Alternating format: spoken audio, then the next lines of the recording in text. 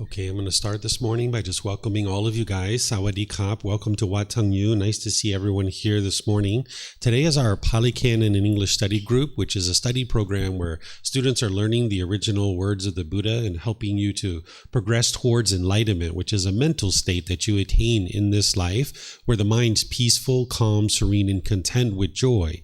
You no longer experience any discontent feelings. By the time you get to enlightenment, the mind no longer experiences any anger, sadness, frustration, irritation, annoyance, guilt, shame, fear, stress, anxiety, loneliness, boredom, shyness, resentment, jealousy. Even the slightest displeasure is eliminated from the enlightened mind.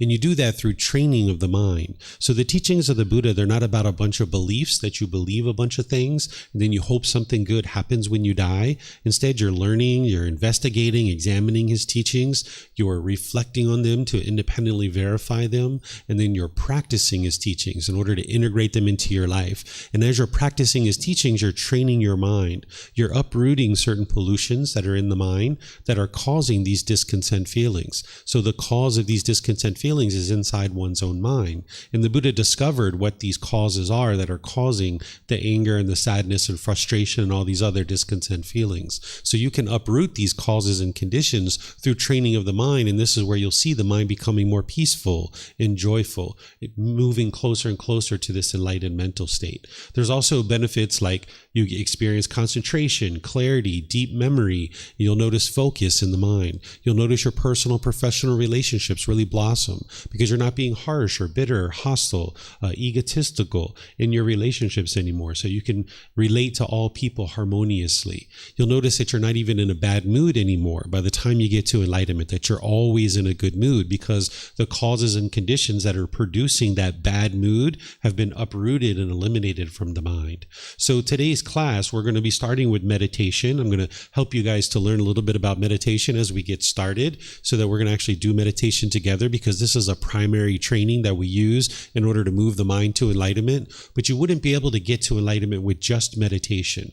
One of the biggest myths in the life story of the Buddha is that he sat under a tree, he meditated, and poof, he got to enlightenment. This isn't actually true. Or some people think he might have stayed there for 2 years meditating under a tree and then poof, got to enlightenment. This isn't actually true. It happens through gradual training, gradual practice, and gradual progress. So you wouldn't be able to just meditate your way to enlightenment. You need other teachings, and that's what the class portion is, where I'm going to be sharing with you the words of the Buddha and helping you to see what he actually taught so that you can learn, you can reflect on those teachings to independently verify them, and you can practice them by integrating them into your life. So just like you wouldn't be able to meditate your way to enlightenment, you wouldn't be able to get to enlightenment without meditation either. So you're going to need meditation. So we're going to start off with that.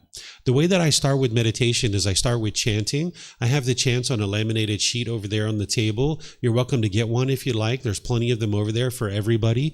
We chant in the Pali language. This is the original language of the historical teachings of the Buddha. If you look to his original teachings, it's in what's called the Pali Canon. That's why we call this the Pali Canon and English Study Group, because we're studying the original words of the Buddha. So we chant in this Pali language. The chanting that you see on that sheet, it has English translations as well. During the lifetime of the Buddha, they used chanting as a way to commit the teachings to memory. So there's nothing mystical or magical with the chants. It's not a rite, a ritual, or a ceremony, or worship, or anything like this. Every 2 weeks, they would come together and they would recite his teachings word for word as a way to commit them to their memory. This is how chanting came about, because the technology to write things down didn't exist in that region of the world at that time frame. It hadn't made its way to that part of the world, so they didn't actually write the teachings down until after his death. So they used chanting as a way to commit the teachings to memory. But if you didn't know what these words mean, or if you didn't understand why chanting came about, you might think there's something mystical or magical or some kind of prayer or worship or something like this. And this isn't actually true. That when you're chanting during the lifetime of the Buddha, it was just to remember the teachings. That's the only reason why you were chanting. Today, I actually do chanting because it helps ease the mind into meditation and get more benefit out of the meditation itself, because you create some awareness of the mind and awareness of breath as you're easing into the meditation. So this is why I choose to chant, because we don't need to chant in order to remember the teachings anymore. We have books and videos and podcasts and audiobooks and things like this to be able to capture the teachings. So if you'd like to chant along, you're welcome to. And as I mentioned, the paper's over there. It's a laminated sheet, and you'll be able to see the Pali words, and you'll see the English translations as well. If you see those English translations, there's a lot of respect and admiration and gratitude for the Buddha. And I suspect that his students probably created these chants either during his life or after his death. Because a Buddha is not going to walk around and teach people to chant things to him out of admiration, right? This would be the ego. This would be the arrogance, the pride. So a Buddha is not going to walk around and say, here, students, chant this thing to me. But if you learned from a teacher who helped you move from anger and sadness and frustration and all those other discontent feelings to the peace and the joy, you'd probably have a lot of respect and gratitude and admiration for this person too, because the Buddha didn't want anything from his students. He didn't ask anything from his students. That the students just learned, and he just helped them. And as he helped them, then they were able to move to this enlightened mental state. So these chants were most likely not even created by the Buddha. So as we're chanting, don't think of them as a rite or ritual or ceremony or worship or prayer or anything like that. It's just to help ease the mind into meditation and get more benefit out of the meditation itself.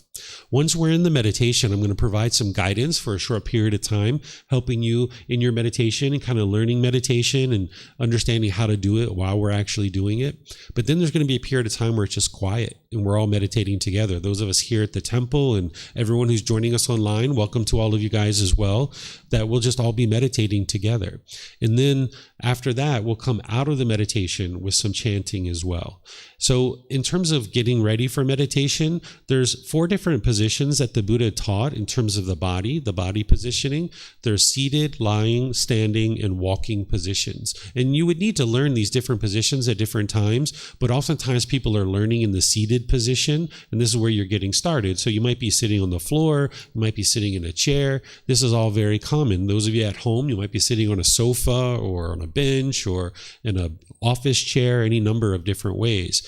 If you're sitting on the floor, usually you put a cushion under your rear. This kind of helps you to feel more comfortable. Some people like to put their legs off the cushion, and this helps to get the hips up in the air, and it lessens the angle at the hips, the knees, and the ankles, and allows the circulation to flow. Because if you're sitting cross-legged, you would like to just have your legs lightly crossed. If they're real tight, then the circulation would be impeded, and your legs might feel pain through the meditation. You're not interested in experiencing any pain during the meditation. If at any point you experience pain, just adjust your body positioning. So just have your legs lightly crossed. The hands and the arms, the Buddha put his right hand over his left with his thumbs together, and he put this into his lap. If you'd like to use this, you can, but this practice isn't about everybody doing it exactly the same way. This isn't actually possible. So some people like to put their palms on their thighs or on their knees or their palms up, or they just place their hands comfortably in their lap. So you find what's comfortable for you. And it's the same thing for those of you guys sitting in chairs. Oftentimes people sit with their feet flat on the floor or lightly crossed at the ankles, but there's any number of ways to sit in a chair. You could even sit like this, like cross-legged in a chair. Some people like to do that as well. So you find whatever's comfortable with you, for you, with the lower body and the hands and arms. The upper body should be erect. This keeps the mind attentive and alert during the meditation, whereas if you were slouched, the mind would have a tendency to be dull or lethargic. But if you were real rigid, the mind could be overactive or uptight. So you'd like the sternum to be up and the shoulders to be back. This helps to keep the mind attentive and alert during the meditation. It also helps you to breathe in through the nose and out through the nose as well. So I'll go ahead and ease into meditation with the chanting. And again, if you'd like to join along, you're welcome to do so. And then I'll come back with some guidance.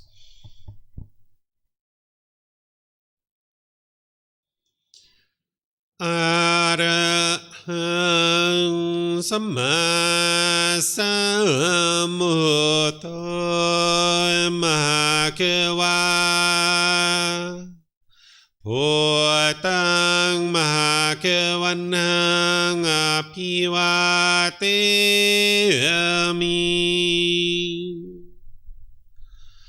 Savakato Mahakavata Dhammo Dhammang Namasami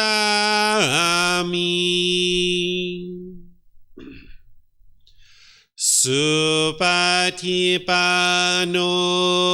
Mahakavato Sāvaka Saṅkho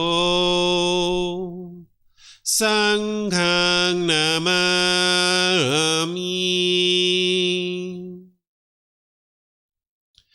Namo Tassa Bhagavato Arahato Samma Sambuddhassa Namo Tassa Bhagavato Arahato Samma Sambuddhassa Namo Tassa Bhagavato Arahato Samma Sambuddhassa Iti piso Mahakava Arahang Samma Sambuddho Vicacaranang Sammuno Sakato Rokavito Anutero Purisa Dhamma Sati Satatawa Manusanang Bhoto Bhagavati.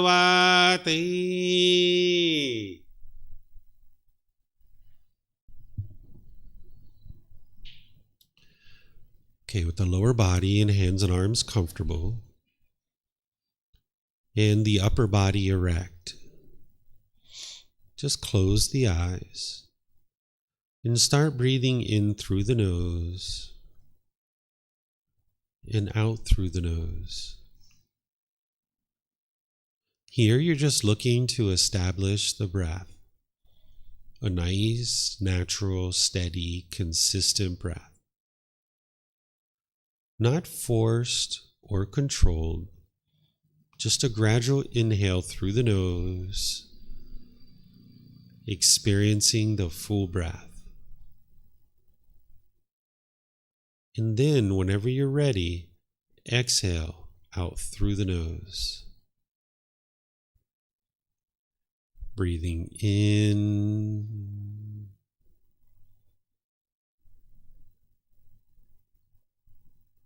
and out.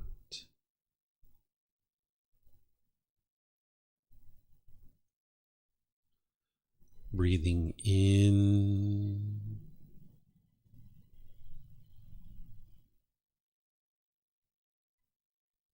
and out.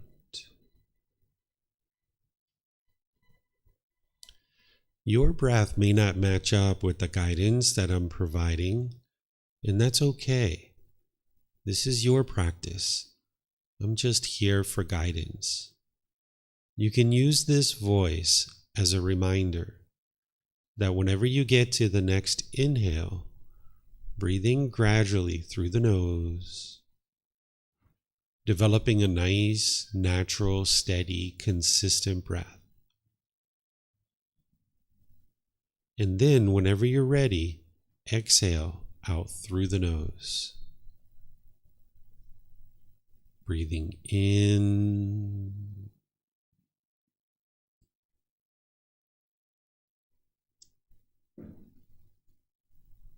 and out.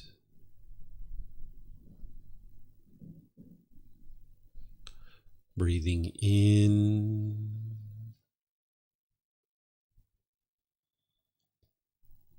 and out.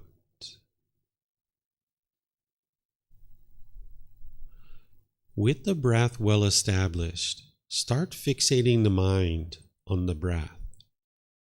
Either the sound of the breath coming into the nose, or the sensation of air moving over the skin into the nose. The breath is the present moment. Fixate the mind on the breath, the present moment. Breathing in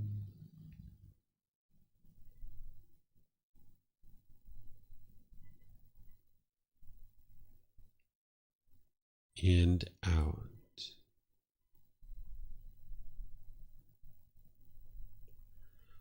Breathing in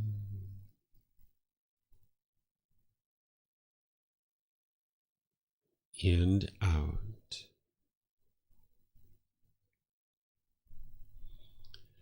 With the mind fixated on the breath, whenever you notice that it moves off the breath, cut that off, let it go, and come back to the breath, the present moment. No need to observe the thought, label it, judge it, analyze it, or even try to figure out where it's coming from. Whenever you notice that the mind is moved off the breath, cut that off, let it go, and come back to the breath, the present moment. Breathing in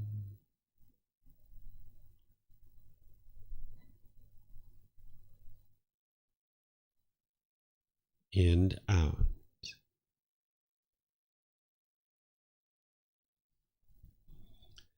Breathing in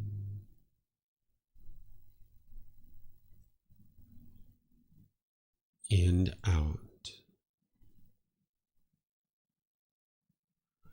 I'm going to be quiet now and let you do this work of focusing on the breath, cutting off and letting go anytime the mind moves off the breath. You have nowhere to go. There's nothing to do. No one needs you right now. This is your time to focus on the breath. Breathing in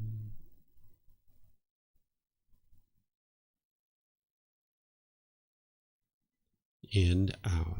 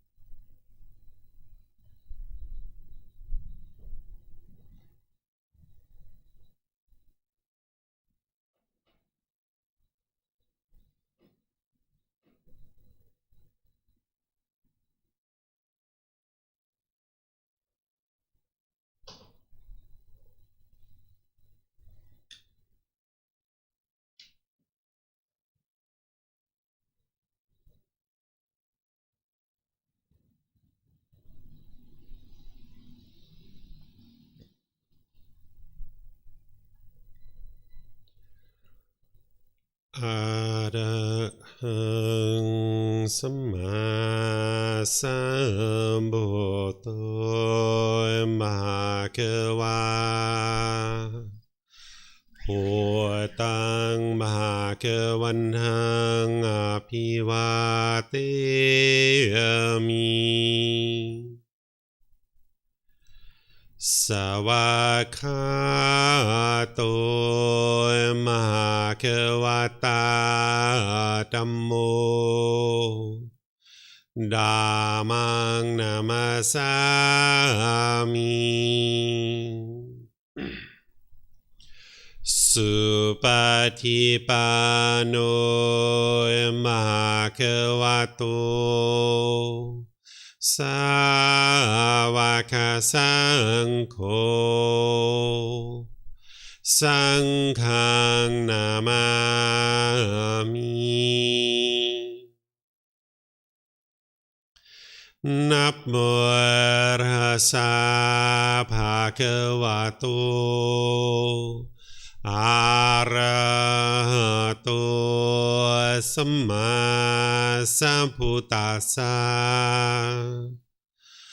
นับโมตัสสะภะคะวะโตอะระหะโตสัมมาสัมพุทธัสสะนับโมตัสสะภะคะวะโตอะระหะโตสัมมาสัมพุทธัสสะอิติปิโสภะคะวะอะระหังสัมมาสัมพุทโธวิชาจารณังสัมมุโนสัคคะโตโรกาวิโต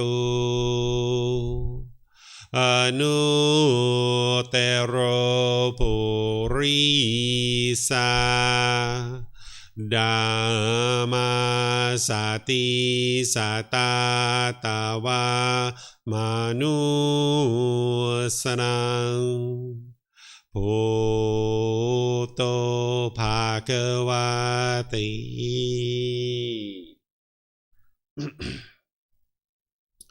Okay, if you'd like to slowly make your way out of meditation.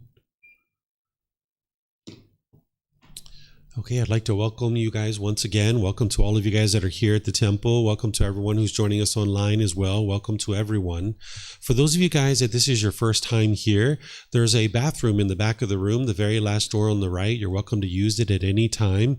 Feel free to get up and use that. There's even bathrooms outside the classroom. If you go outside the classrooms, there's signs that take you around to the main bathroom at the temple. You're welcome to use that as well. And then we even have water, and there's even some snacks that are showing up from students that you're welcome to help yourself and make yourself comfortable as we go throughout our class today.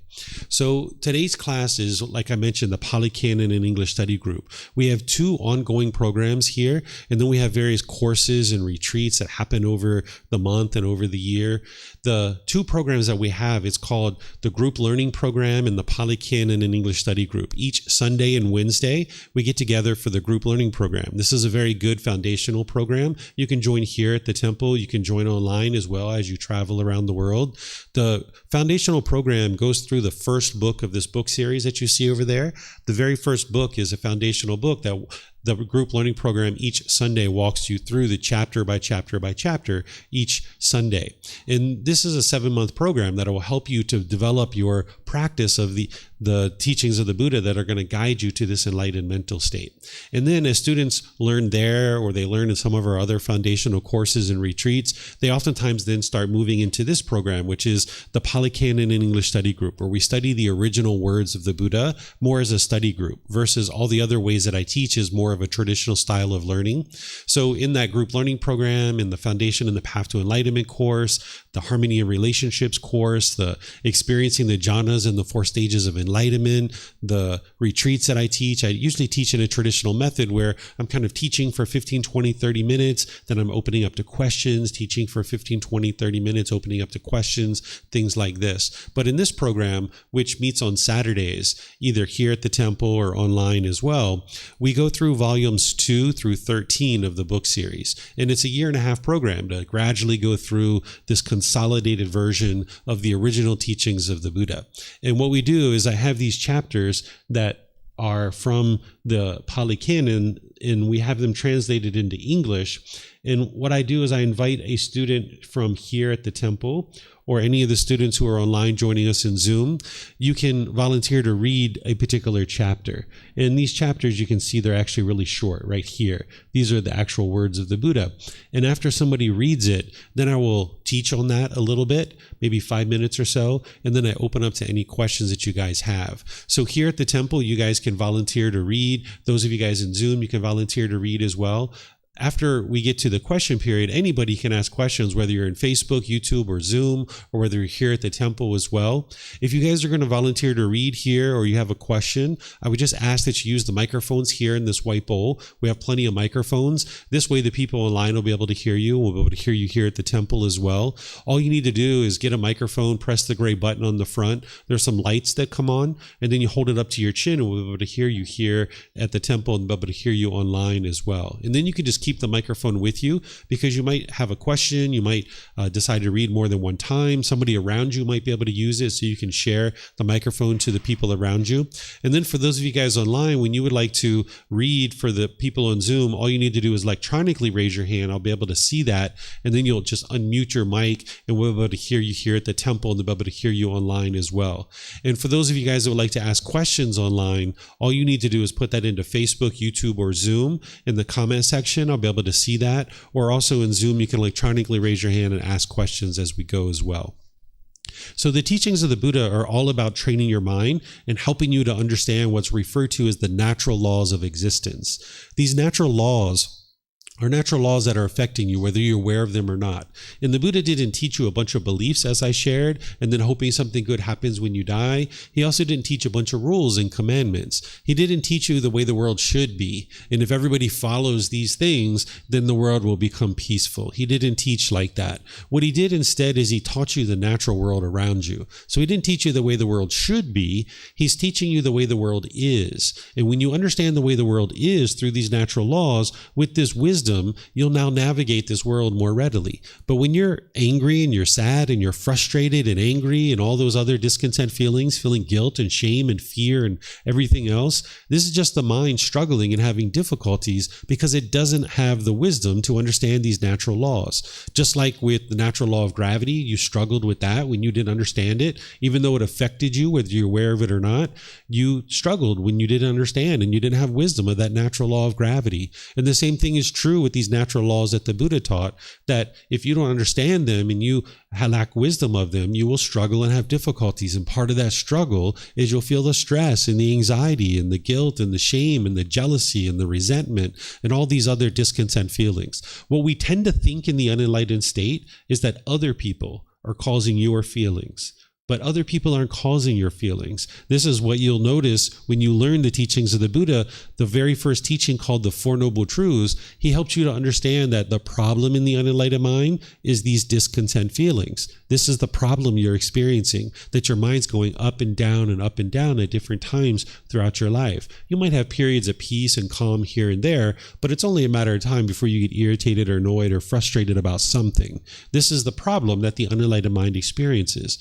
The cause of this problem is craving, desire, attachment, the longing, the yearning, the wanting things to be a certain way. When you get things your way, when people do things your way, you feel happy and you feel excited perhaps. But then when people don't do things your way, You get angry, you get frustrated, you get irritated, and you get annoyed. This is all coming from your own mind. And when you experience those painful feelings, you will falsely attribute them to something external. And you might think that the way to solve that is to push people away out of your life. This is typically what the unenlightened mind will do, is when you experience anger and frustration, you will attribute it to something external, and you will push that person or you'll push the situation out of your life, thinking that's going to solve the problem. But it didn't solve the problem, because the problem is the anger, the frustration, the agitation. If that was the real cause of the problem, and you push your friends or your family or your coworkers out of your life, when you push them out of your life, you would be peaceful, because you've just solved your problem. But you haven't solved the problem, because it's only a matter of time before you get irritated or annoyed or frustrated about something else. The second thing that the unenlightened mind will do when it lacks wisdom is, if it's not pushing people away overtly, it will tend to be bitter, harsh, and hostile towards people. You might have been arguing or angry or agitated or annoyed with people, and you came through in your intentions, your speech, and your actions, and you were hostile and bitter with people. And this ends up resulting in broken relationships, where people will choose to leave out of your life, right? You damage your relationships. Or the third thing that you might do when you misunderstand the cause of the problem is you might put your expectations on people, trying to control people and get people to do things your way. So as long as you keep misunderstanding what the problem is and what the cause of that problem is, then you'll probably just keep pushing people away or pushing the situation away. You'll be bitter, harsh, and hostile to people, and you'll have broken relationships, or you'll put your expectations on people and trying to control them to do things your way. And in this way, you can't live harmoniously with all beings. But you can get to a point where you see the truth, that it is your mind that's causing these discontent feelings. You can look internally and you can see the most recent time where you've been angry or frustrated or irritated, that there was something you wanted. And if you would have just got what you wanted, you would have been happy. But because you didn't get what you wanted, you were frustrated or agitated or annoyed. And this is where the unenlightened mind just lacks the wisdom to see that your mind is actually causing these feelings. If it was everybody else who was causing these feelings in your life, you're going to have to train everybody in the world to do things your way, because the unenlightened mind only can be happy when people do things your way. And there's 8 billion people in the world. You're going to have to train 8 billion people to do things your way. And that's impractical. It's just not possible for that to occur. But you can also just work on training one mind. And if you train on one mind, then you can actually get to the point where the mind's liberated from these strong feelings. You can get to the peace and the joy, where the mind's experiencing the focus, concentration, and clarity of mind. So what we're doing here at this temple, and what the teachings of the Buddha are here to provide you, is to provide you the ability to heal from what hurt you, so that you don't have to keep hurting over and over and over and over and again. But you need to understand what's hurting you is not something external. It's what's going on inside your own mind. So the Buddha's teachings are going to guide you in understanding that. And that's where those foundational programs come in, because you can understand through the foundational teachings and independently verify for yourself and see the truth for yourself that your mind is causing these discontent feelings. But as long as you believe that other people were causing these feelings, and you don't penetrate into seeing that your mind is causing these yourself, you wouldn't be able to actually solve the problem, because you don't understand what's causing it. But when you understand what's causing it, and then you apply the tools and the techniques to fix it, as you're doing that, you'll see the improvement to the condition of your mind. But as long as you don't understand the cause and you don't know the tools and techniques to fix it, you'll just keep experiencing it over and over and over and over again. It's like a cycle. It just keeps going over and over and over again, where you keep experiencing broken relationships and difficulties and hostility and arguments in your life, perhaps over and over and over again. So this particular set of chapters that we're studying today, it's not what I'm sharing with you now. This is a little bit taste of the foundational teachings of the Buddha that you would need to learn in order to kind of move in to understanding the teachings of the Buddha. What we're learning today is actually in this book. It's volume 13. We're at the very end of the book series. It's a 1.5-year program. This particular book is titled Generosity. So all of these particular chapters are around generosity. And what generosity is the giving and sharing of your time, your effort, your energy, and your resources more than is strictly required in any given situation, without any expectation of anything in return. Because what generosity does for you is it helps you to train your mind to let go. When the cause of the problem is this craving, the desire, the attachment, the longing, the yearning, the chasing after things, that if you get things your way, you'll get happy and excited. But if you don't get things your way, you'll be angry and sad. The way to solve this is to eliminate your craving, desire, attachment. Eliminate the mind holding on and wanting things to be a certain way. And the breathing mindfulness meditation that we just did is helping you to do that. That when you're focused on the breath and the mind's moving off the breath, you're cutting that off and letting it go. You're training your mind to let go, to let go, to let go. And this is very helpful because as long as you hold on to things very tightly, you're going to get angry and frustrated and agitated. It's only a matter of time. And that's also what generosity is training your mind to do too. It's training your mind to let go. Because when you're giving and sharing, you're training your mind to let go, to not hold on to things tightly. So this is why the Buddha taught generosity. He didn't teach generosity in order to enrich himself, right? He's teaching you generosity because this is what it took for him to be able to get to this enlightened mental state. And he understood that it took generosity for him to be able to get to this enlightened mental state. So he's teaching it as a way to help others to be able to get to enlightenment as well. During his lifetime, he was a prince destined to become a king. And he stepped away from the royal family in order to live a life of homelessness, where he walked through the street. He stayed and slept at people's house that offered him a place to sleep. And he just ate whatever food people gave to him. So he left behind all the royal riches in order to enter into this life where he could share teachings with people and help them to learn what it takes to be able to get to enlightenment. So this generosity is something that he practiced during his life by just giving and sharing his time, effort, energy, and resources. He was doing that as a teacher from the age of 35 to 80. But even before that, he talks about his generosity, even in his previous lives, where he practiced a certain amount of generosity. So in order for you to get to enlightenment, you're going to need to practice generosity. An enlightened being isn't going to be selfish.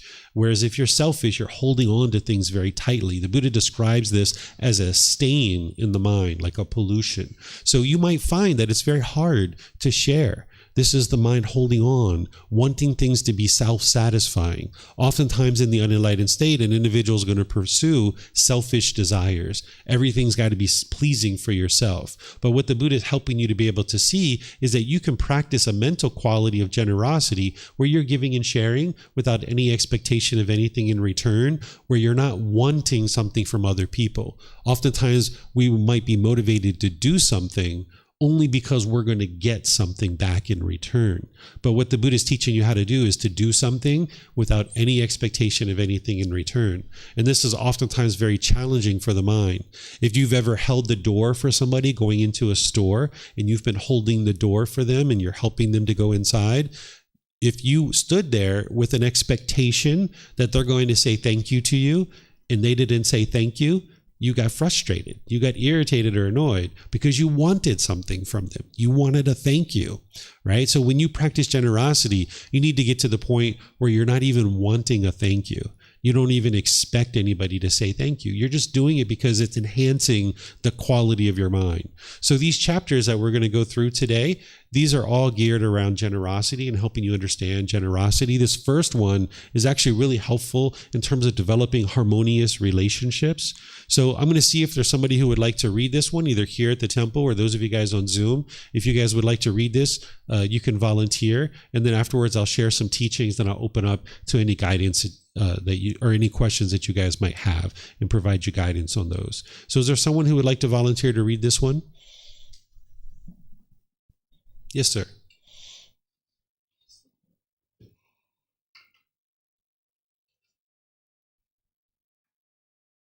Four means of sustaining favorable relationship. Monks, there are these four means of sustaining a favorable relationship. What for? Giving, enduring speech, beneficent conduct, and equality. These are the four means of sustaining a favorable relationship. Giving, enduring speech, beneficent conduct, and equality under diverse worldly conditions, as is suitable to fit each case. These means of sustaining a favorable relationship are like the linchpin of a rolling chariot. If there were no such means of sustaining a favorable relationship, neither mother nor father would be able to obtain admiration and respect from their children. But since there exist these means of sustaining a favorable relationship, wise people respect them. Thus, they attain to greatness and are highly praised. Okay, thank you, Siddharth. So as you see, the Buddha spoke very clear, very concise. We don't need to interpret his words. We can see it for ourselves, exactly what he taught. But what I'm here to do is kind of guide you like a tour guide and helping you understand what the Buddha is teaching, even though it's very clear and very concise, right? So here, what he's giving you is guidance of 4 things that you can do in a relationship in order to produce harmony in your relationships. He's teaching you the natural laws of Gama, the natural laws of existence. He's showing you this cause and effect, or this action and result, saying, hey, if you practice these things, it's going to lead to a harmonious relationship or a favorable relationship. He's talking about giving, which is generosity, practicing that in your relationships where you're giving and sharing more than is strictly required in any given situation without any expectation of anything in return. Whether it's your parents, whether it's your brothers and sisters, whether it's your coworkers, whether it's your boss, whether it's your friends or other people, your neighbors, or even just somebody that you haven't met before. If you're practicing generosity, this is going to produce harmonious relationships. And of course, you need to do that from the middle way. You can't overextend yourself. You need to provide for your own basic necessities, right? So you're going to need to make sure you provide for your own necessities. But then when you come to the middle way, in certain situations, you'll be able to share with other people. And this is very helpful, whether it's your life partner, whether it's your children, your parents, sharing and helping people. Like I went to the market the other day and I bought my wife some avocados. Right? I was like, hey, she likes avocados. There's some avocados. Let me just buy some avocados and bring them home. She didn't ask for them, right? And then me and my son were out on Wednesday and she called us up and she offered to buy us some ice cream. She's like, hey, why don't you guys go eat some ice cream? Here, I'll buy this for you, right? This isn't something we asked. This isn't something we expected, but this is our Gama. Because we're giving and sharing, people choose to give and share with us. And we even do this within our own family. So you can do this within your own family where you give and you share, right? So this is going to help produce harmonious relationships because people are going to know that you're not just out for wanting something from them, right? Sometimes in relationships, you might have people around you, or you might be in a situation where you're just wanting something from this person. But when you're practicing generosity, people can see very clearly, hey, you don't want anything from them. You're just here to enhance their life. You're here to support them in whatever way they choose, that you're not wanting anything from them. You're not expecting anything from them. You're just giving them something without any expectation of anything in return. So this is going to produce harmonious relationships. Then he talks about endearing speech here. In his core central teaching of the Eightfold Path, he teaches right speech, which helps you to understand the natural law of Gama around speech. He talks about eliminating lying, slander or gossip, eliminating harsh speech and frivolous speech. This is something you learn in a foundational program, and you can see how these things lead to harmful results. They're not rules, they're not commandments. He's teaching you how to produce wholesome results in your life. Because if you're lying, if you're slandering people, if you're having harsh speech, if you're having frivolous speech, this is going to promote difficulties in your life. And he even teaches what's called the 5 factors of well-spoken speech, which is where you speak at the right time, what you say is true, gentle, beneficial, and with a mind of loving kindness. And we go through this in detail in our foundational program so you can see exactly what this means and how it produces wholesome results in your life. Well, if you're using endearing speech in your relationships, this is going to produce harmonious relationships, right? Like my wife asked me yesterday, she said, hey, can you go pick up our son at school? I'm not going to be able to go pick him up. I'm going to go do this other thing. And I was like, yes, dear, whatever you'd like me to do. Sure, I'll do whatever you like, right? And I'm not just laying it on thick because I want something from her. I just always speak this way with her. I'm like, sure, anything for you, right? I'll take care of this for you. No big deal, right? And you can speak this way with your life partner, with your children, with your parents. That doesn't mean you're going to always do everything they want you to do, but you can speak in endearing ways and in loving ways and calm ways. You don't have to argue. It's a choice to argue, right? You can consciously choose to walk away from an argument and maintain your peace and maintain your joy. But if someone's arguing with you and you argue back, you guys are going to have fireworks going on in this relationship. But if someone tries to argue with you and you just walk away, more and more, they learn like, hey, every time I argue with this person, they walk away. And they're going to stop arguing with you. They're going to stop being bitter and harsh and hostile with you, right? Because every time they argue, you walk away and they realize it's fruitless. It's unbeneficial for me to yell and holler and argue with this person. But if they argue with you and you argue back, they're just going to keep doing that. And then you might wonder, why is everybody always so hostile and bitter with me? Well, that's because you're hostile and bitter with them. In these relationships where you're arguing and you have hostility and bitterness, if you start walking away, they might get angry as you walk away because they're attached, but you're not causing their anger. Slowly but surely, when they start learning 2, 3, 4, 5, 6 times, they argue and you walk away, they're going to learn, hey, if I would like to talk to this person, I'm going to have to be calm because every time I argue with them, they walk away. So you would like to get to a point where all your relationships are harmonious. And the way that you do that is the way that the Buddha is teaching you here is one of the things is having endearing speech. There's no situation where you should have a raised voice of yelling and hollering and being bitter and harsh and hostile and aggressive.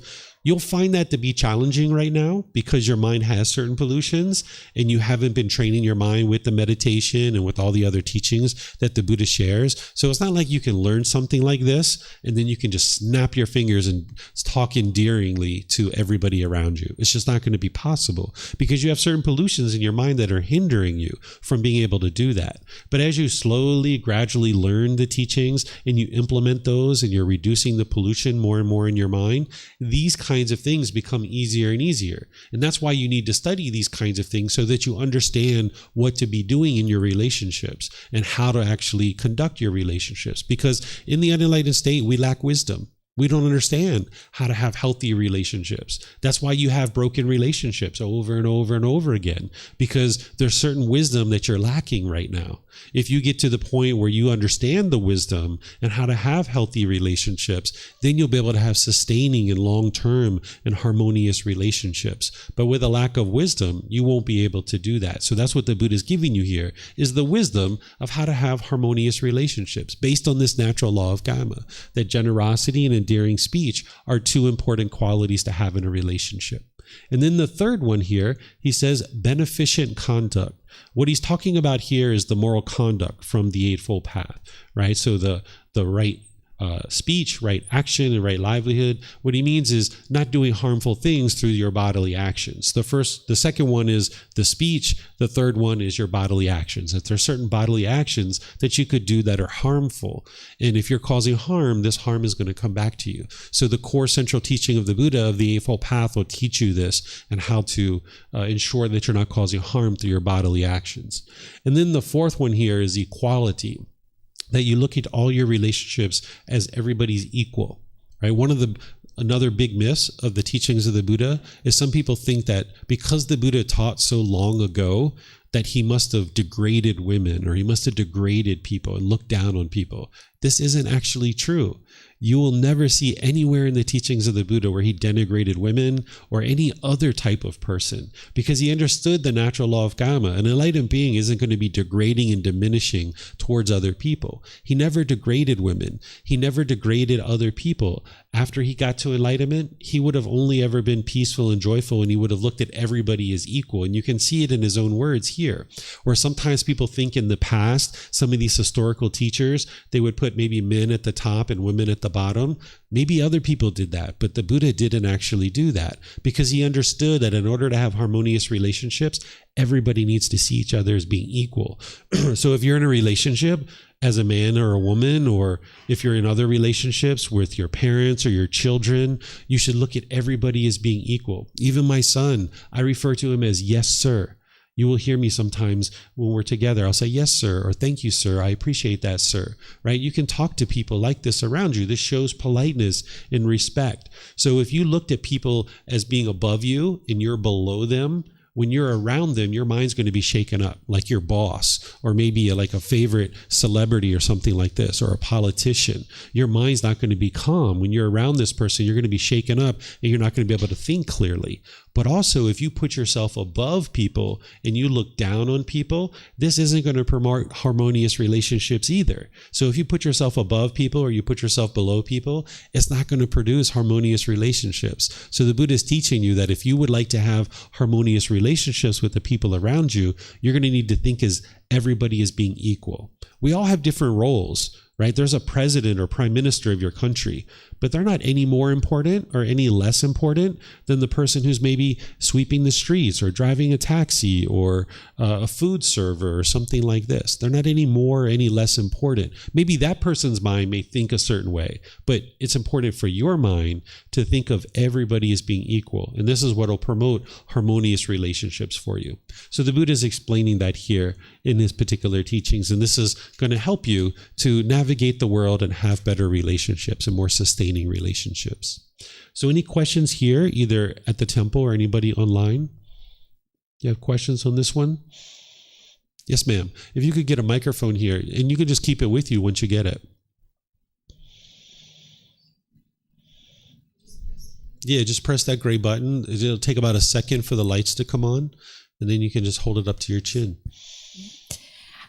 Could you please help me to understand about treating everyone equal when it comes to manipulators and abusers? Mm-hmm. In my personal experience, I have a hard time where I know someone is, let's say, not kind to others. Mm-hmm. I cannot treat them with kindness sometimes. So, in terms of how to, if you treat them kindly and nicely, they think their behavior is totally acceptable. Mm-hmm. And how to try not to feed that behavior and make them kind of understand this is not okay. Thank you. Sure. The first thing to understand with your question is to understand that your goal in this life isn't to go around and teach other people what they should or shouldn't be doing. That's not your role, right? Oftentimes there's a craving in the mind, a longing, a yearning that I want everybody doing things the same way. And this is how you get frustrated or agitated or angry when you see somebody doing something disrespectful or unwise, because there's a craving in your mind that everybody should do things the same way. But this isn't actually possible because of the universal truth of impermanence. This is one of the foundational teachings, the very first teaching that you learn of the Buddha, that things are constantly changing, that there isn't a fixed state. So you look around, like everybody has different color hair, different shaped body, different color skin, different clothes. You can see your body's constantly changing. The weather's constantly changing. Everything's constantly changing in the world. This is called the universal truth of impermanence. It's one of the natural laws that you understand. Well, what the unenlightened mind does is it craves permanence. It wants things to be permanent. So this is why you get frustrated or agitated when somebody's being disrespectful or somebody's being hostile or bitter, because the mind's craving for everybody to be one particular way. And it's just not possible. This is the underlying problem that every unenlightened mind has, is it has craving, desire, attachment, longing, yearning, wanting things to be one particular way permanently. And if you get things your way, you get happy and excited. But if you don't get things your way, you get the painful feelings like anger and sadness and frustration and others. So the first thing is to understand your goal in life is not to train other people and teach other people what they should and shouldn't do. Everybody is on their own independent journey in life, and it's up to each individual to cultivate wisdom. It's not your responsibility to teach other people. Each person needs to be responsible for their own growth and their own development. As soon as we take on the burden of telling other people what they should or shouldn't be doing in life, this is one's own ego. This is the ego, the arrogance, the pride, thinking I know what's right and this person doesn't, and I'm going to now tell this person what they should or shouldn't do. So you got to get rid of the craving to want everybody to be a certain way, and you need to get rid of your own ego, thinking that I know what's right and other people should do it this way. This is a very common thing that the mind has. And then the way that you get to the point where you can have love and kindness for this person who is maybe doing something unwise, that maybe you wouldn't choose to do this particular thing, but they are. They're choosing to do this, and you disagree with what it is that they're doing. You need to be able to see the person and the choices that they're making as two separate things. That there are certain choices that they're making that you disagree with, but there's a person there also. So there's the body, there's the mind, and then there's the person. This is the third thing. You can love the person. You can have kindness and respect and gratitude and warmth and a genuine interest in seeing this being be well, while disagreeing with their choices and decisions. But in the unenlightened mind, with craving, desire, attachment, wanting things to be a certain way, the mind struggles and it can't do that. That you see maybe somebody murders, or you see somebody rapes or something like this, and now there's this anger that comes up, this hatred towards this person, because the mind's craving for everybody to be a certain way. Whereas if you set aside your cravings, you set aside the ego, and there's certain tools and training that the Buddha provides you to be able to help you do this. You set aside your craving, you set aside the ego, and you realize that, okay, I wouldn't murder somebody. I wouldn't rape somebody, but this person has chosen to do that. That's choices that they're making. I disagree with their choices and decisions, but I can still love the person. Love meaning a genuine interest in seeing this being be well. Because the anger, the frustration within your own mind, it's not helping you. It doesn't help you to accomplish anything. It's just going to shake up your own mind and make it difficult for you to make wise decisions in any particular situation. So what you would like to do is get to the point where you're training with breathing mindfulness meditation and generosity. This is going to help eliminate the craving, desire, attachment. And you would like to practice what's called loving kindness meditation. What loving kindness meditation is going to do is it's going to rewire your mind to no longer get angry and frustrated and agitated in these situations, because when the mind's discontent, you're not able to make wise decisions, and it's just going to produce unwholesome results for you. With all It's still on, I think. respect, it was not clear, the answer. Mm-hmm. First of all, assuming that I have anger when that happens, it's your kind of judgment, and that I need certain practices, because I have been practicing on my life and I do not have anger, but I have completely 100% clear decision to stop something that is not right. Because if everyone will never do anything that is right or wrong, then there won't be shelters for the homeless, there won't be any dog people that protect animals, a woman's right, children's right. So my question was not about my anger. There is no anger at all. It's as a human being, where we're going, and for the future of this planet, there are some people that need to understand how to stop the abuse on this planet, doing the right thing, and going with the action, instead of just saying, oh, no, it's not my problem. Like you said, you're not here to change this, but you can be also part of it, and we're involving thanks to people that stand up for the rights, human rights. Would you like to learn? I'm sorry, to learn what? Would you like to learn from me? Yes, but I have a question first to make sure that I can be your student and I can understand your teachings, and there could be a connection. Okay, would you like to learn something?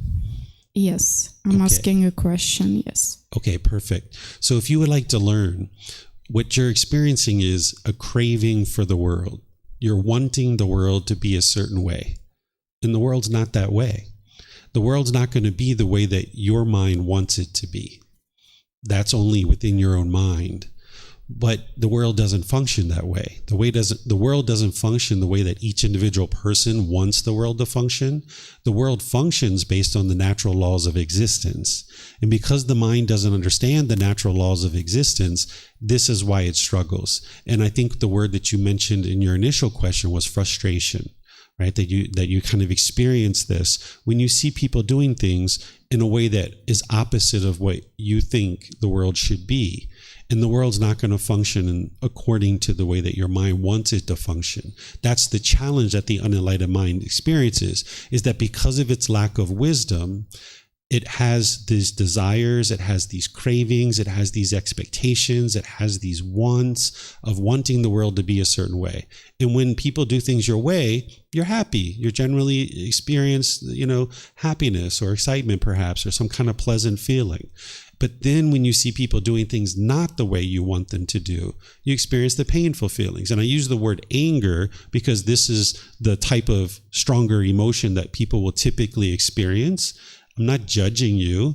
I'm just here to help you, right? Judgment would be to tell you what is wrong or right in an unsolicited way.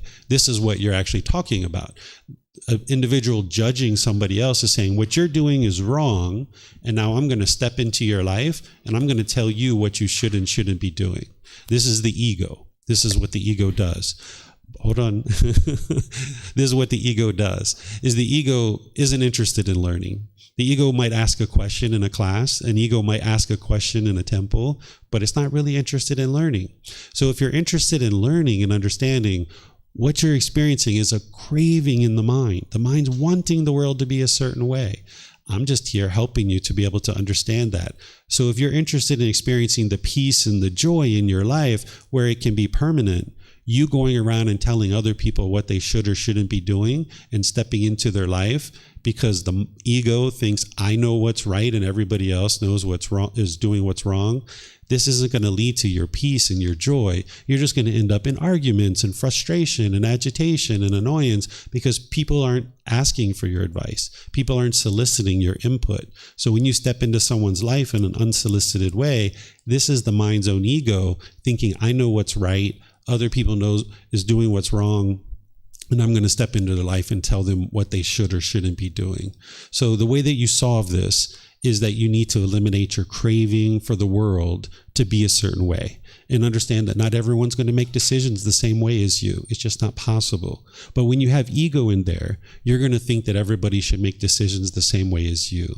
And sure, there's a lot of unwise things that happen in the world, right? But you can't control whether those things happen or they don't happen. So if you base your inner feelings of whether you're going to be peaceful or joyful or not based on what other people do, you're forming what's called a conditioned feeling, that I can only be happy if other people do things a certain way. So that means until everybody else does things your way, you can't be peaceful and you can't be joyful. So what the Buddha is teaching you to do is to not form your inner feelings based on some condition.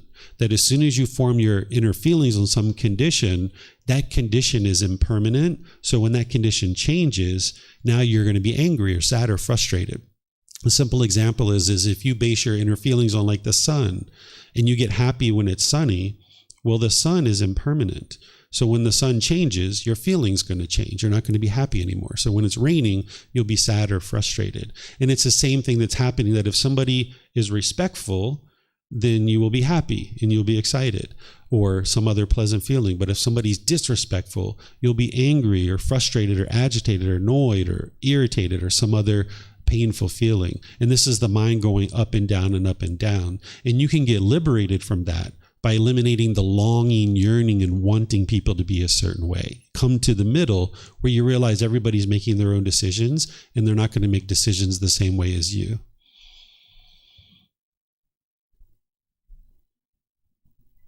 Done? Any more questions?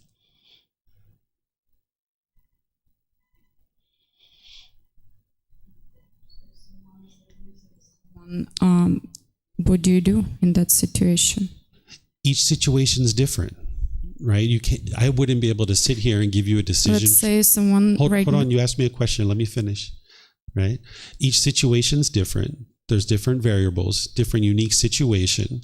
So I wouldn't be able to give you a decision tree and say, if this happens, I would absolutely do this, right? Because there's so many variables involved in any given situation. So the Buddha is not giving you like a permanent decision tree, that if this happens, do this. What he's giving you is the ability to eliminate the pollutions out of your mind so that now your mind can be calm and peaceful. You can move to this higher consciousness. And then given whatever situation is transpiring, now you can take in those variables and then you can make a wise decision in that present moment. And in one situation, you might choose to do something. In another situation, you might not choose to do something. It depends on what's going on. But I think you have an example. So if you'd like to share your hypothetical, we can discuss that.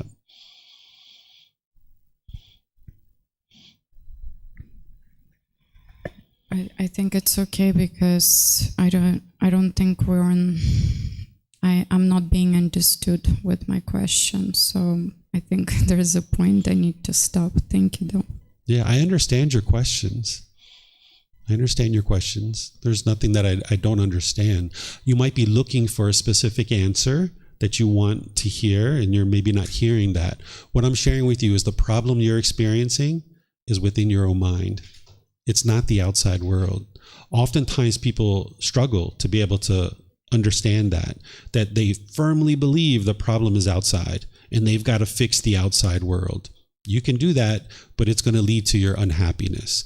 Or you can focus on the real problem, which was inside your own mind, and that's going to actually get you to the peace and the joy.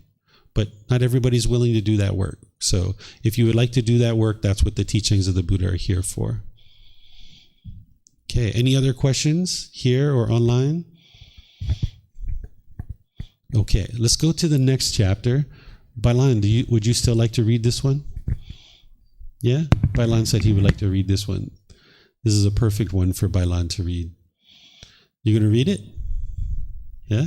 Okay. You'll see why it's a good one for him to read. This one right here.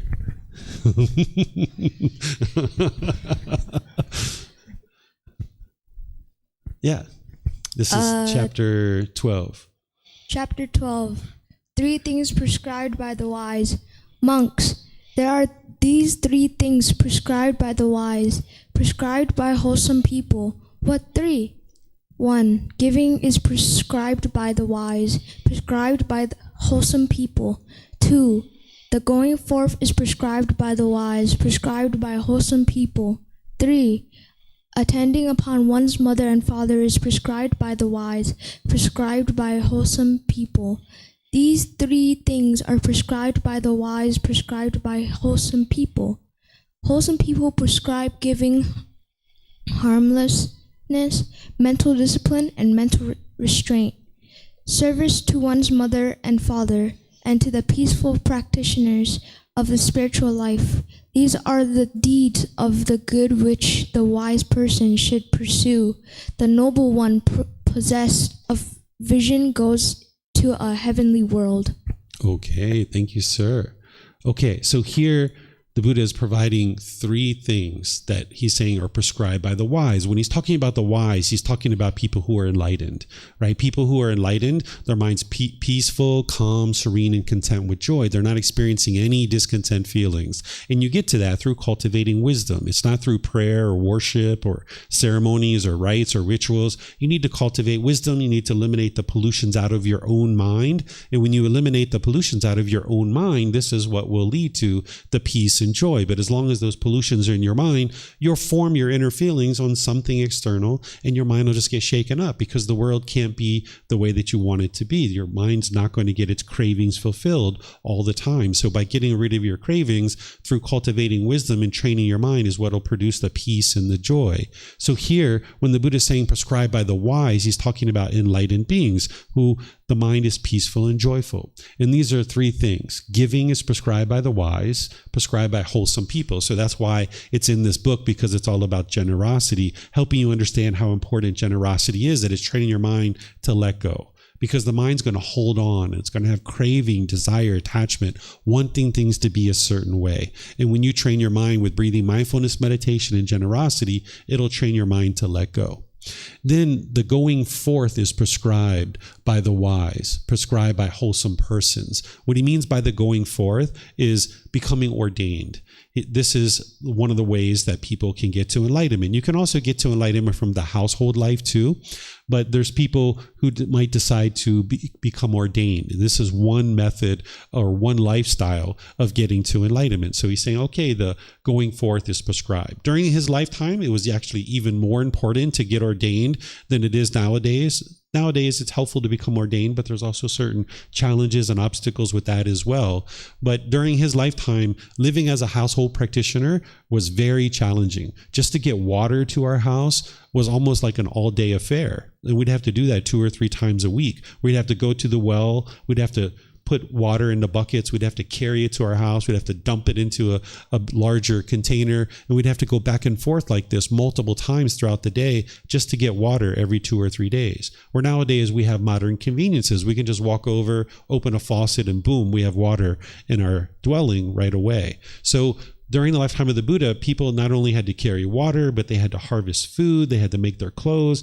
Household practitioners were involved in a lot of activities that oftentimes took them away from the ability to potentially learn and practice and train their mind. So it was much harder during the lifetime of the Buddha to get to enlightenment as a household practitioner than it is today. Nowadays, we have so much time that we tend to fill it up with other things that aren't necessarily beneficial for our life. We have all kinds of things that we might do that would be not necessarily beneficial. So here, going forth is prescribed by the wise because it enters into this life of homelessness where you don't have to take care of your home. You don't have a relationship with a husband or wife or children or your parents. You're just going off into homelessness, working on getting to enlightenment by yourself. And you don't have to do that in order to get to enlightenment. But during the lifetime of the Buddha, it was very common for somebody to do that. And then taking care of one's mother and father. Your mother and father are the ones who brought you into the world. And the Buddha teaches to treat them well, right? And in some cases, you might have a turbulent relationship with your parents. Oftentimes, people find it very challenging with their parents because their parents are oftentimes attached to their children, and the children are oftentimes very attached to the parents. The parents want things to be done a certain way by the child, and the child wants the parents to be a certain way. There are certain expectations of, I want my parents to do it this way. And if they're not doing it this way, they're doing it wrong. And now you might be frustrated or angry or irritated or annoyed or some other discontent feeling.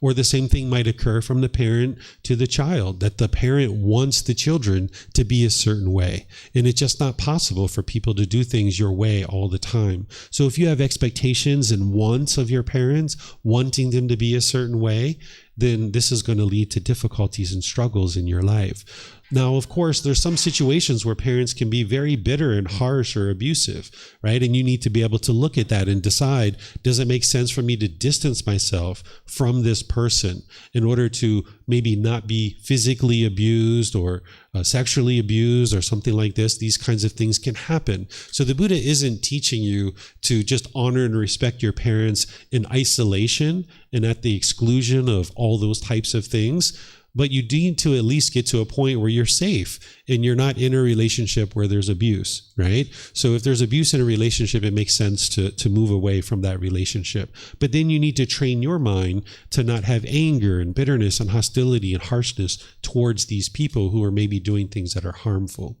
So here the Buddha is teaching you about generosity, but he's teaching you some other things too that would be helpful. Any questions here on this chapter? I think, Marcy, you have a question. If you'd like to go ahead, ma'am.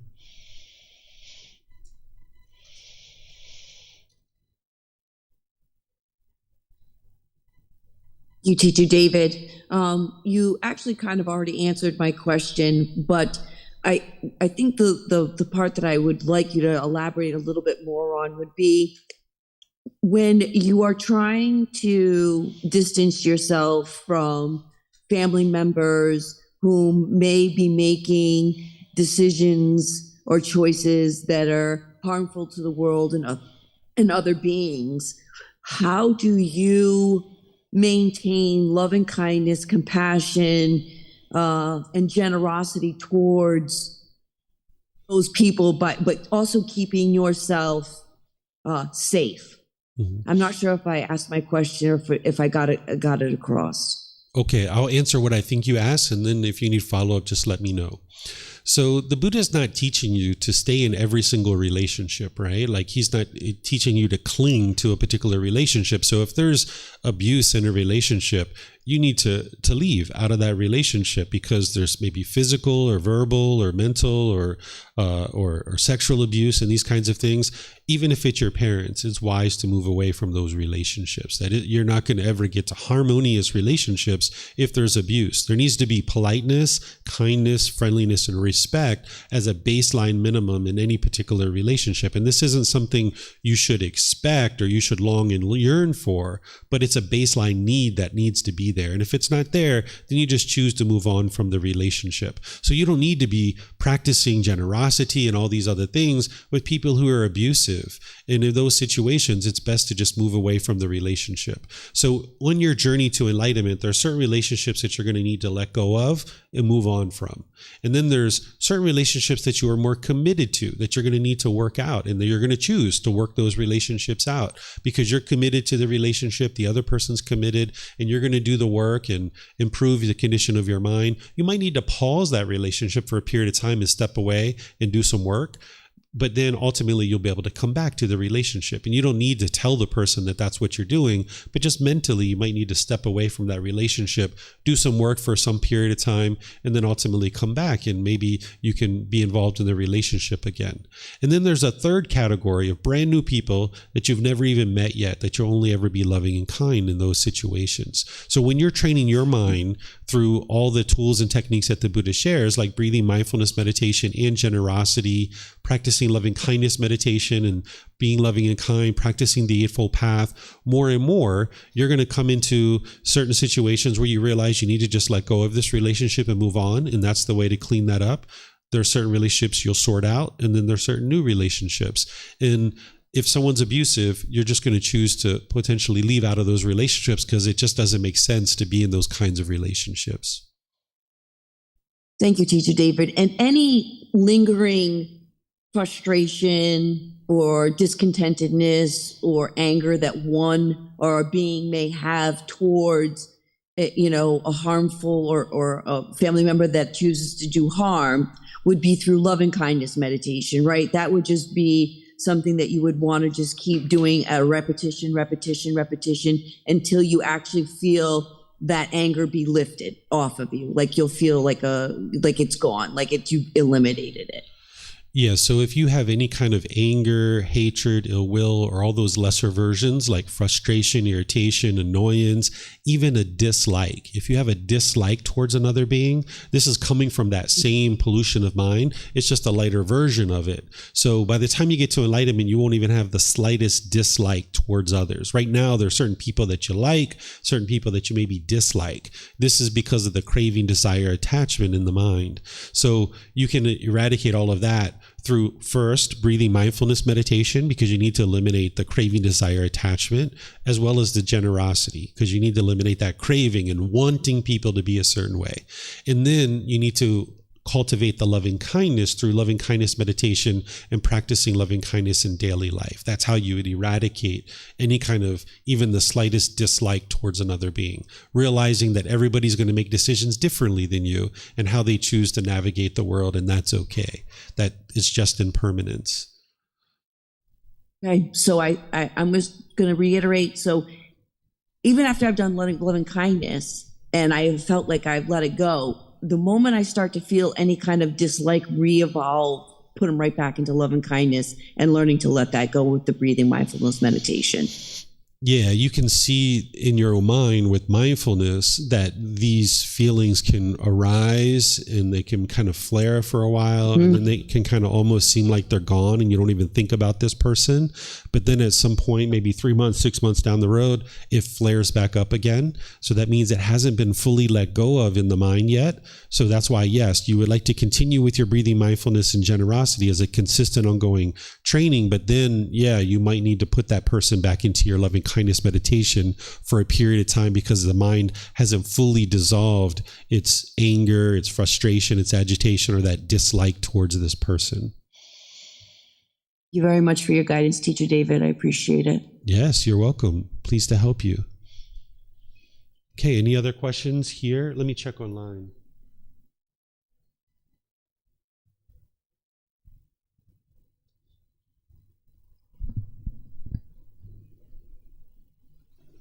You have a question, Leo? Yeah, go ahead.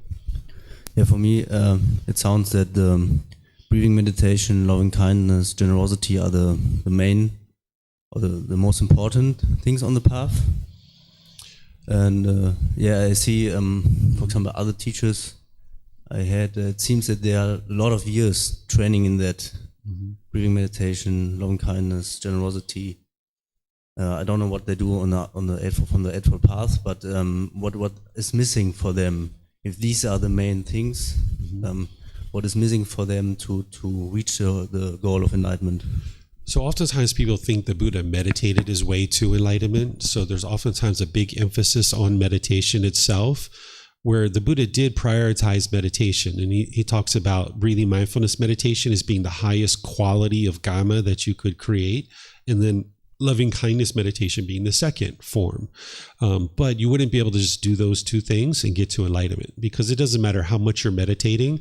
If you go out into the world and you can't be polite and respectful and friendly and warm and loving with people, you're not experiencing enlightenment, right? Because your mind's still bitter and harsh and wanting things to be a certain way in the world. So the breathing mindfulness meditation and loving kindness meditation is there to transform your mind and knock down the pollutions. But then you need to have all those other teachings on the Eightfold Path to go out there into the world and practice right view, right intention, right speech, right action, right livelihood, right effort, right mindfulness, and right concentration at all times. That's what's going to fine-tune the mind. So there's all those factors of the Eightfold Path, with meditation being one component of one factor. So out of those 8 factors, right, one particular factor, if you do the math, it's about 13%, one factor. Well, meditation is one component of one factor. So we could say meditation is about maybe 6 to 8% of it, right?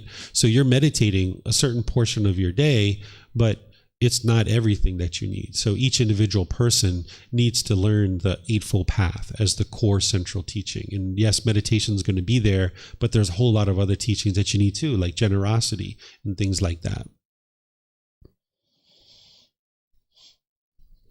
If they do six points of the Eightfold Path, but 2 not, for example, I sometimes think if they do generosity, loving kindness, breathing meditation, maybe trying to do right speech, the other things also will come into that automatically.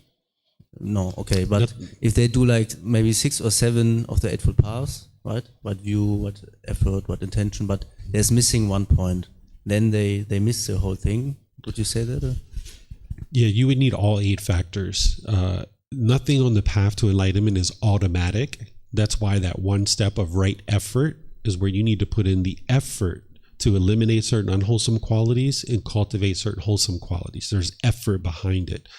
There's nothing that's automatic, right? It gets easier the more your mind is trained, but it's not automatic, and you would need all 8 factors. If you were just practicing 6 or even 7 of those factors, you wouldn't be able to get to enlightenment. Even if you were practicing all 8, but you didn't dial them in exactly the way it's prescribed in the teachings of the Buddha, you're not going to be able to get to enlightenment because you're not fully practicing all 8. So this is why you need to penetrate into it using the words of the Buddha, which is what I provide in all the classes and courses and retreats in the books, so you can see exactly what the Buddha taught on the Eightfold Path. It's so central to the core path, and without that, even just not practicing it closely enough, you wouldn't be able to experience improvement. So if you're practicing loving kindness meditation and that's all you ever did in your life, you're going to see some improvement to the condition of your mind, because at least you're implementing one particular aspect of the path, but you're not going to be able to get to enlightenment itself. Or if you were just practicing breathing mindfulness meditation, you're going to see some improvement to the mind, but you're not going to actually get to enlightenment just by practicing that. Same thing like if you were just practicing right speech and that's it. Well, you wouldn't really be able to practice right speech without these others, but let's just say you were practicing just one factor of the path, you wouldn't be able to get to enlightenment. You need the entire path, dialing it in and refining it closer and closer. Yeah, you're welcome. Okay, I'm not seeing any other questions anywhere, so I'm going to move on to the next chapter, which is chapter 13. Is there someone who would like to volunteer to read this? Marcy, you still have your hand up. Is that to volunteer to read, or you have more question? You could read, Teacher David. I probably forgot to put my hand down or tapped it. Okay. Yeah, you're welcome to read this one. One who has trust and confidence. Monks. In these three cases, one may be understood to have dedication and confidence. What three? When one aspires to see those of virtuous behavior, practicing moral conduct, when one aspires to hear the good, wholesome teachings, and when one resides at home with a mind free of the stain of selfishness, freely generous, open-handed, joyful in letting go, devoted to charity, joyful in giving and sharing. In these three cases, one may be understood to have trust and confidence. One who aspires to see the virtuous ones, one who aspires to hear the good, wholesome teachings, one who has removed the stain of selfishness is called a person endowed with dedication. Okay, thank you, Marcy. So in order to get to enlightenment, one of the things you're going to need is confidence in the Buddha, his teachings, and the community that you're part of. And usually when you first come to the path to enlightenment, you don't have confidence in the Buddha. You might not even think that this person actually lived and he's not even a real person. You might not have confidence in his teachings because you haven't learned them close enough. You haven't really investigated them. You might not have confidence in the community that you're part of, and will this community actually support you and help you to grow? You might not have confidence in your teacher, the person who you're studying with and you've come to learn with. You might not have confidence in your own ability to get to enlightenment. Will you actually even be able to do this or not? This is part of the doubt. This is one of the pollutions that are in the mind, that someone will doubt the Buddha, the teachings, the community, their teacher, or their own ability to get to enlightenment. And this is very common. The way you eliminate doubt is that you don't just resort to blind belief or faith. That's not the way that you would eliminate doubt. The way you eliminate it is by investigating and examining his teachings. When you investigate and examine the teachings of the Buddha, and you start reflecting on them, and you start seeing how true they are, and you start practicing them, you'll be able to see the condition of your mind gradually improving. And this is where you ultimately get rid of your doubt, and your confidence and your dedication will grow because you know what it feels like to be bitter and harsh and hostile and have anger and sadness and all these other difficult feelings. You know what that feels like. And as you're eliminating those in situations where you were once angry or harsh or bitter, and now you're peaceful and joyful, you'll know that. And you'll be able to see that to be true, that these teachings are working to improve the condition of your mind in your life. So here the Buddha is providing you guidance of essentially how to get to this confidence and this trust, that one aspires to see those of virtuous behavior, meaning that you learn with other people who are doing wise and wholesome things. These are teachers, ordained practitioners, anybody who's in one of the 4 stages of enlightenment. The Buddha refers to this as the Aryan community or the Aryan Sangha, that there's 4 stages of enlightenment that you can learn about. And as you come in contact with people in one of these 4 stages of enlightenment, you can see the way that they interact in the world is very helpful and very wise. So they have virtuous behavior. That you aspire to hear the good, wholesome teachings, meaning you examine the teachings, you investigate the teachings. So if you aspire to hear the teachings, this is going to help you to ultimately build confidence, because then you can actually examine the teachings and investigate them.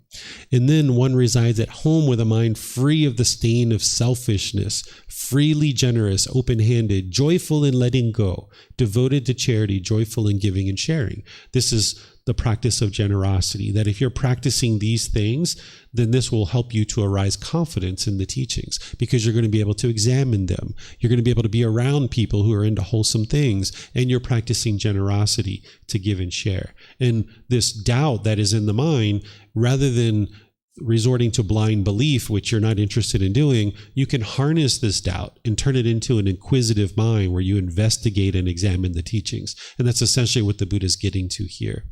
Do you guys have any questions on this one? Yes, ma'am. So when we talk about selfishness here, is it same as the sensual desire? Because of sensual desire, the mind will be selfish, yes. That's a symptom of the sensual desire. Okay. Okay. We'll see any other questions anywhere. Okay, so let's move on to the next one. Oh, you have a question, ma'am? Sure.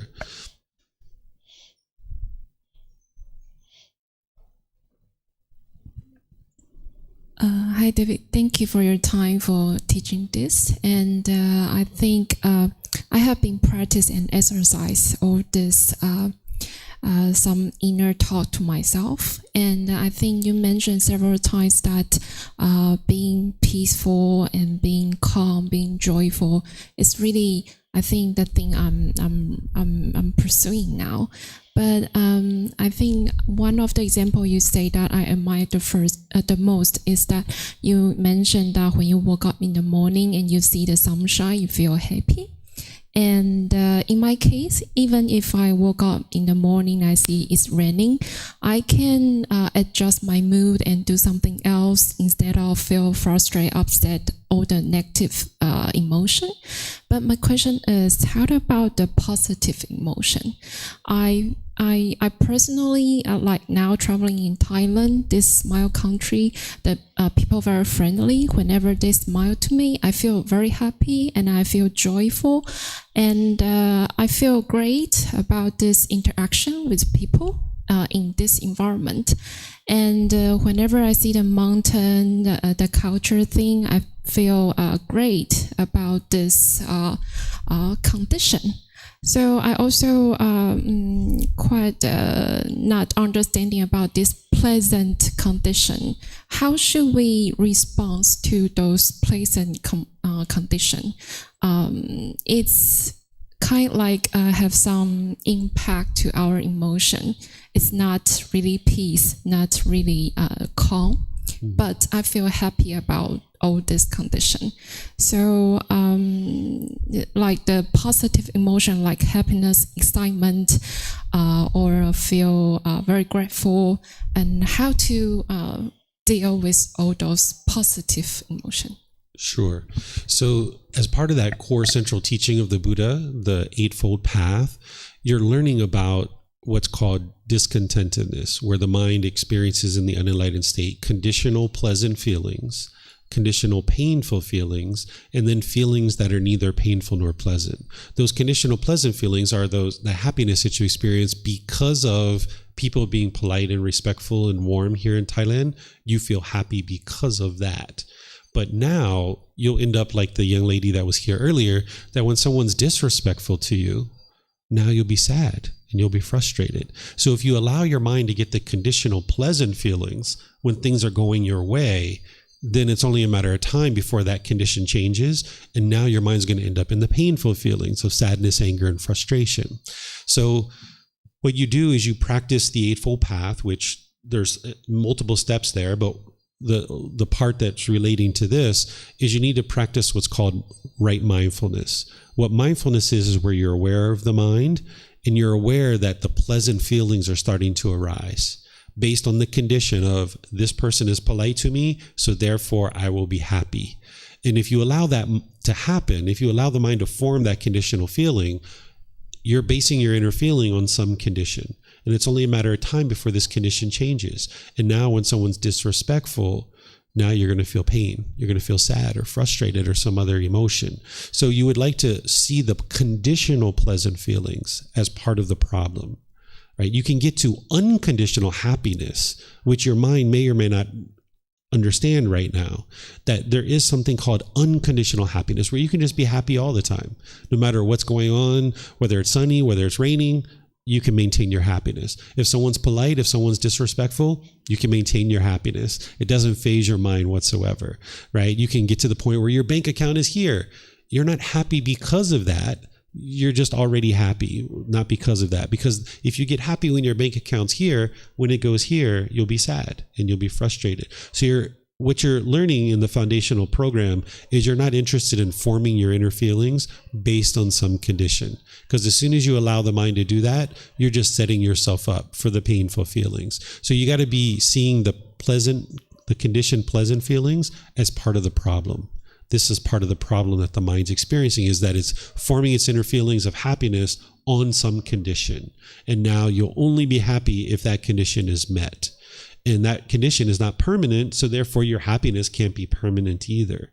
So what you do with your right mindfulness and your awareness of mind, you clue into what's called the bodily sensations, that there's a early warning system that your body is experiencing before you experience any conditioned feeling.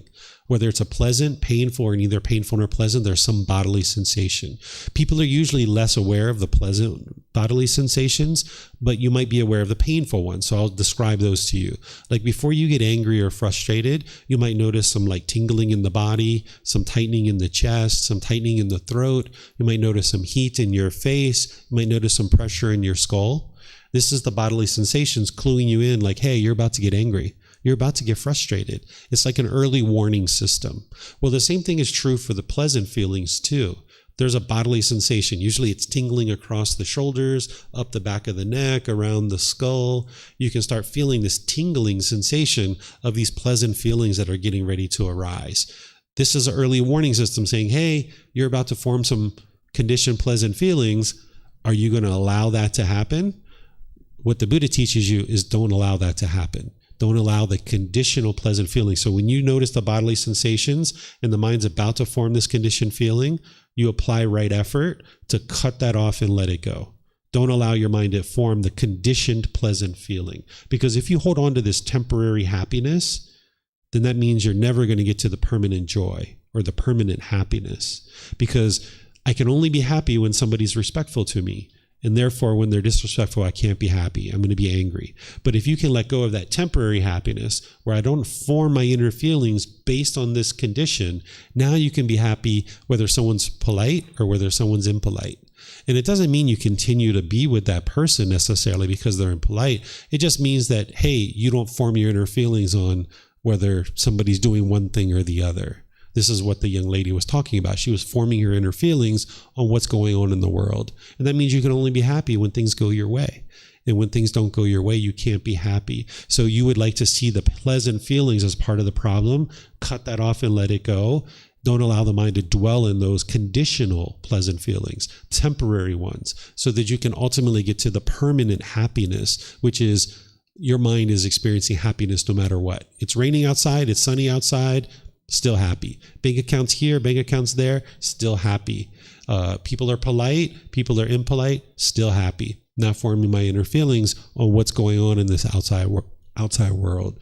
But that's where the real training comes in on the path. So you need the breathing mindfulness meditation, you need the generosity, you need the loving kindness meditation, the practice of loving kindness, and all these other factors on the path. So this is why it's gradual training, gradual practice, and gradual progress. It took the Buddha 6 years to get to enlightenment. So it's going to take you some time. It's not a 1 month thing. It's not a 1 year thing where you just snap your fingers and boom, you're going to get to enlightenment. But through gradual training, gradual practice, and gradual progress, you can gradually wear away these pollutions and experience more of the peace and joy.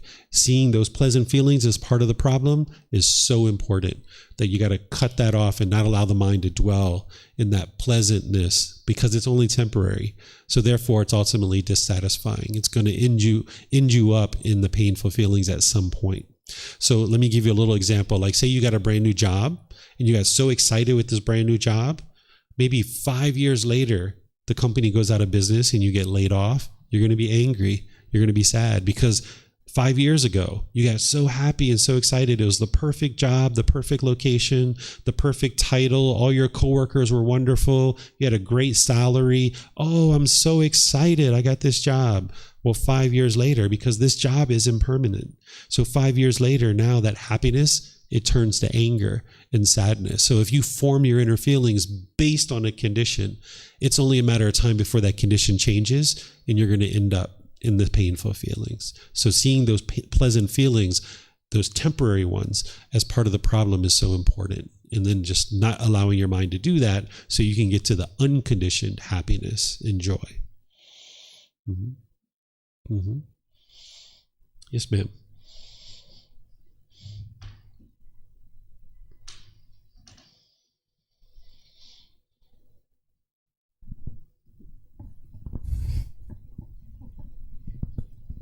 How do you stay happy or unconditional joy or contentment in situations where you might be, say, in danger.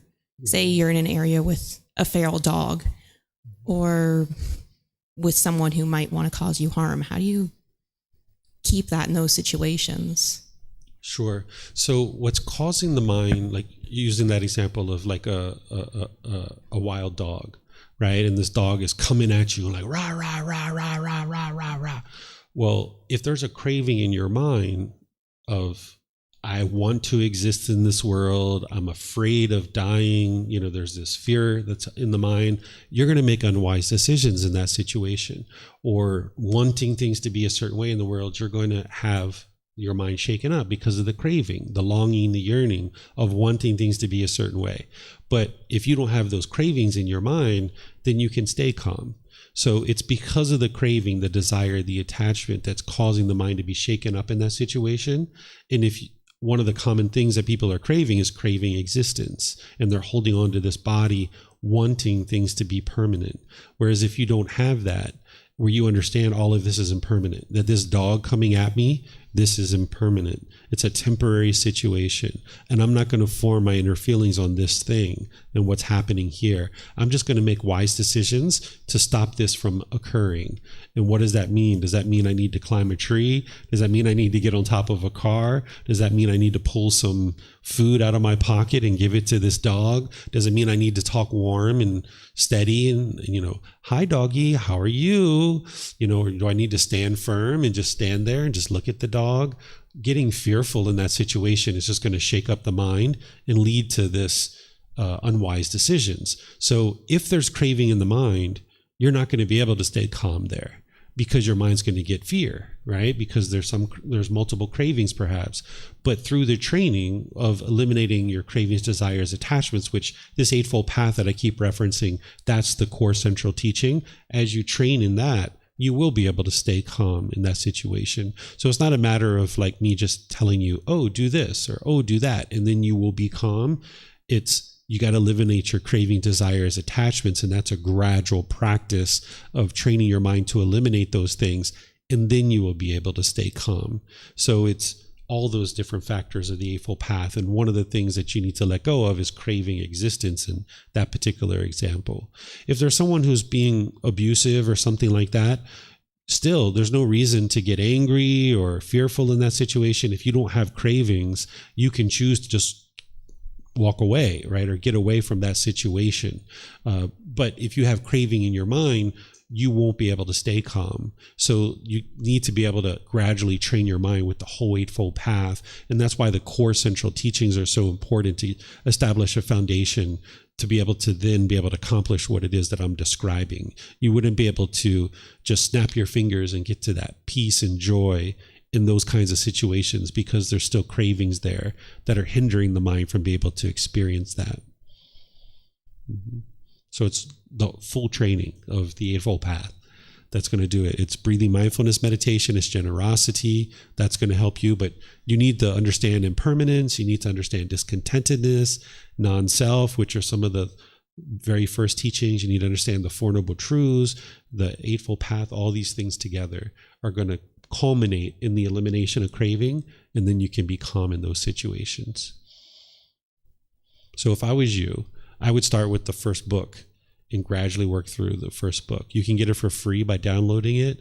You can take it and go print it. You can get printed versions here by just reimbursing us, or you can get it on Amazon or something like that. And there's videos and podcasts and personal guidance to be able to support you in your gradual learning and gradual development of your life practice, to be able to eliminate the cravings. Okay, let's see what the next one is. Oops. I think we'll just end here, actually. Let's see, we got through 3 chapters today. Usually we study 10 chapters, but in here at the temple, we usually don't quite get to 10 chapters because there's usually a lot of questions and different things like this. I teach this online at nighttime as well, Saturdays at 9 p.m. So I teach at 9 a.m. here at the temple, and 9 p.m. I do it from my home studio, and I live stream that. And I make sure I do all 10 chapters when I teach from home. And these books are available to you. So if you'd like to read more, what you've got is you've got the words of the Buddha here. You've got a reference that takes you back to the original source teachings in the Pali Canon. This will show you exactly where this came from so you can reference it. And then you've got words from me that are reflections to be able to help you to further understand what it is. Because some of these teachings, they're connected to other teachings. And if you haven't read the totality of the teachings of the Buddha, you might be reading one teaching and not fully understanding it. So it's helpful to have a teacher and a guide to walk you through. So that's what I'm doing here. And here you just got a little bit of words on this particular chapter, but sometimes there's a lot of words here to be able to understand any particular section. So the teachings of the Buddha, as you see, are very clear, very concise, but it helps to have a teacher that can share with you how to reflect on that particular teaching and how to integrate it into your life. So if you would like to get access to these books, you can download them from our website. You can take them and go print them, get printed versions here, or you can access them through Amazon if your country has Amazon. So tomorrow in our group learning program at 9 a.m., I'm going to be teaching chapter 6 of the first book. Chapter 6 is titled The Middle Way, Walking the Middle Way. This is a very simple teaching that the Buddha shared. It's called The Middle Way. And once you understand what this teaching is, it'll take me all of about 20 or 30 minutes to teach it to you. It's very simple in its nature, but it's very profound in its application. As you apply this to your life, it'll have profound improvements in your life. So it's one of the most simple teachings that the Buddha shares, but it's very impactful in its simplicity. So we're going to start with meditation, and then I'm going to teach you that, and then I'll open up to any and all questions that students have related to that particular teaching. So you can join here tomorrow at 9 a.m., or you can join online.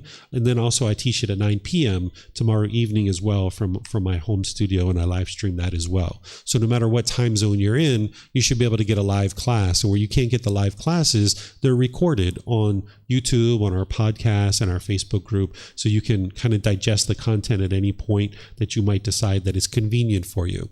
And then you're always welcome to reach out to me to get help through asking questions in classes. You can post in our Facebook group.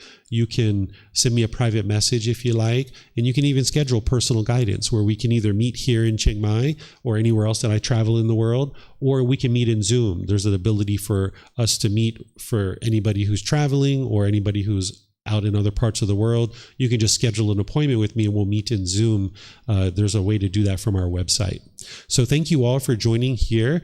Thank you for joining online as well. As you guys have questions, feel free to reach out. I'm here to help you. And perhaps we'll see you guys in a future class. Have a very lovely and wonderful rest of your day. Sawadee khap, sawadee khap, sawadee khap.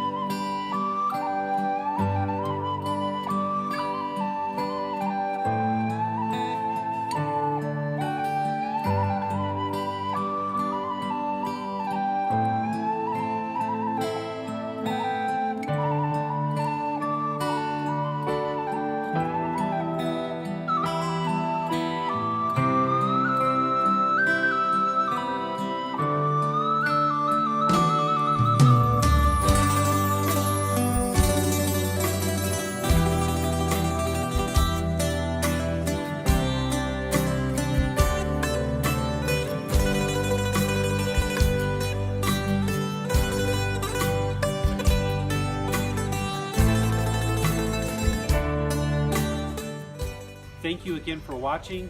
Enjoy your meditation. Look forward to seeing you online and answering any questions that you might have. Thank you so much.